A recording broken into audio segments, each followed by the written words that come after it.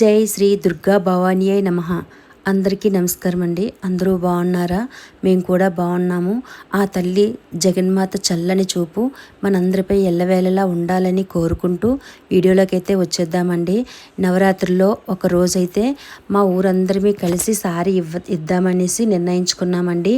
అయితే ఎవరికి తోచినది వాళ్ళు ఇచ్చారండి. అంటే నా వంతుగా నేనేమిచ్చానన్నది మీ అందరికీ చూపిస్తున్నానండి. మన ఇంట్లో ఉన్న ఆడపిల్లకి ఏ రకంగా అయితే సారీ వస్తువులు పెడతామో అదేవిధంగా అమ్మవారికి కూడా నేనైతే ఇచ్చానండి. అమ్మవారు ప్రతిరూపాలైన ఆడపిల్లలకి మనం అన్నీ ఎలా అయితే పసుపు కుంకుమ చీర జాకెట్టు గాజులు అలంకరణ వస్తువులు అలాగే స్వీట్స్ పళ్ళు అన్నీ ఎలా అయితే ఇస్తామో అలాగే అమ్మవారికి కూడా అన్నీ సర్దుకున్నానండి. దాంతోపాటు సారీ అంటే మన ఆనవాయితీలో అంటే మాకున్న ఆనవాయితీలో డబ్బులు కూడా ఇస్తారండి. అలాగే నేను కూడా మా అమ్మవారికి కాయిన్స్ అయితే సారీగా ఇచ్చానండి. అయితే ఈ కాయిన్స్తో నేను ఏం చేశానన్నది తర్వాత చెప్తానండి. అయితే మా ఊర్లో ఈ నవరాత్రులు అనేసే కాదండి, ఏ పండగైనా సరే కలిసికట్టుగా చేసుకుంటాము. అది మాకు చాలా సంతోషం అండి. ఎందుకు అంటే ఇంతకుముందు కూడా మీకు చెప్పాం కదా, ఒక ఊర్లో కాకుండా ఒక కుటుంబంలో ఉంటామండి. అందుకని అందరివి కలిసి చేసుకుంటే మాకు చాలా సంతృప్తిగా ఉంటుంది. నాకైతే అనిపిస్తుంది ఎప్పటికప్పుడే ఇలాంటి ఊర్లో పుట్టాలి, ఇలాంటి మనుషులతో కలిసి ఉండాలి అంటే ఎన్నో జన్మలు పుణ్యం చేసుకొని ఉండాలి అనేసి నా అభిప్రాయం అండి. అంతగా నచ్చుతుంది మా ఊరు. మా అబ్బాయికి కూడా మా ఊరు అంటే ఇష్టం కాదు, పిచ్చి అని చెప్పాలి. మా ఊరు విడిచి ఒక్కరోజు కూడా బయట ఎక్కడ ఉండేవాడు కాదు. ఎందుకు అంటే వాళ్ళు చూపించే అభిమానం అంత గొప్పగా ఉండేది.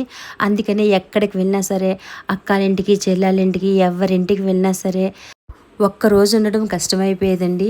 ఎందుకంటే మా ఊర్లో ఉన్న అభిమానాన్ని వదిలి ఎక్కడికి వెళ్ళాలనిపించదు, ఎక్కడ ఉండాలనిపించదండి. అంత అభిమానంగా ఉంటాము ప్రతి ఒక్కరిమిని. అది నాకు చాలా నచ్చుతుందండి. అయితే అమ్మవారికి సారి పెట్టేటప్పుడు ఆడవాళ్ళందరూ అందంగా అలంకరణ అయ్యి అందరూ బయలుదేరి ఊరంతా ఊరేగింపుతో అందరమైతే కలిసికట్టుగా బయలుదేరాము. అయితే ఈ అలంకరణలో అందరూ బయలుదేరినప్పుడు కొన్ని సంఘటనలు అయితే నా కళ్ళు చోటు చేసుకున్నాయండి.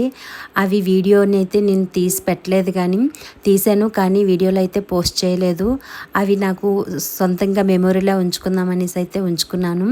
ఎందుకు అవి ఏంటి అనేసి అంటే కొంతమంది అమ్మాయిలైతే అమ్మవారి భక్తిలో లీనమైపోయి ఇంకా ప్రపంచం ఏది కనపడకుండా తల్లే ప్రపంచంగా భావించి అంత భక్తిలో అయితే లీనమైపోయారండి.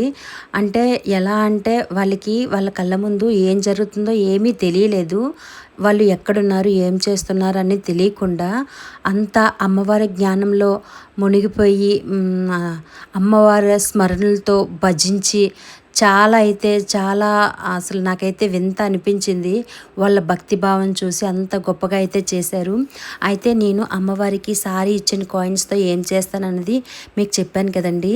నేను ఆ సారీ కాయిన్స్తో అయితే అమ్మవారికి కనకవరస ధారణగా తయారు చేద్దామని చెప్పేసి చేశాను. అంటే ఇలా చేయడం వలన ఐశ్వర్యం అనేది వృద్ధి అవుతుందని ఒక చిన్న నమ్మకం అండి. మన ఇంట్లో చేసుకుంటే మన కుటుంబం వరకే అది వర్తిస్తుంది. అలా కాకుండా మా ఊరందరికీ మంచి జరగాలని కోరుకుంటూ నేనైతే ఇలా కనకవరస దారిని ఏర్పాటు చేశానండి. మా ఊర్లో ఉన్న ప్రతి ఒక్కరికి లక్ష్మీ కటాక్షం కలగాలని కోరుకుంటూ ఇలా అయితే చేశానండి. మా తన్వి పాపతో అందరూ ఎంతో సరదాగా ఆడుకొని వీడియోలు తీసుకున్నారు, ఫొటోస్ తీసుకున్నారండి. మరో లాగులో కలుసుకుందాం. మీకు ఈ వీడియో నచ్చినట్టయితే లైక్ చేయండి, షేర్ చేయండి, కామెంట్ చేయండి, అలాగే సబ్స్క్రైబ్ చేయండి. ఉంటానండి. అందరికీ నమస్కారం. జై శ్రీ దుర్గా భవానియే నమః. జై శ్రీ దుర్గా భవానియే నమః.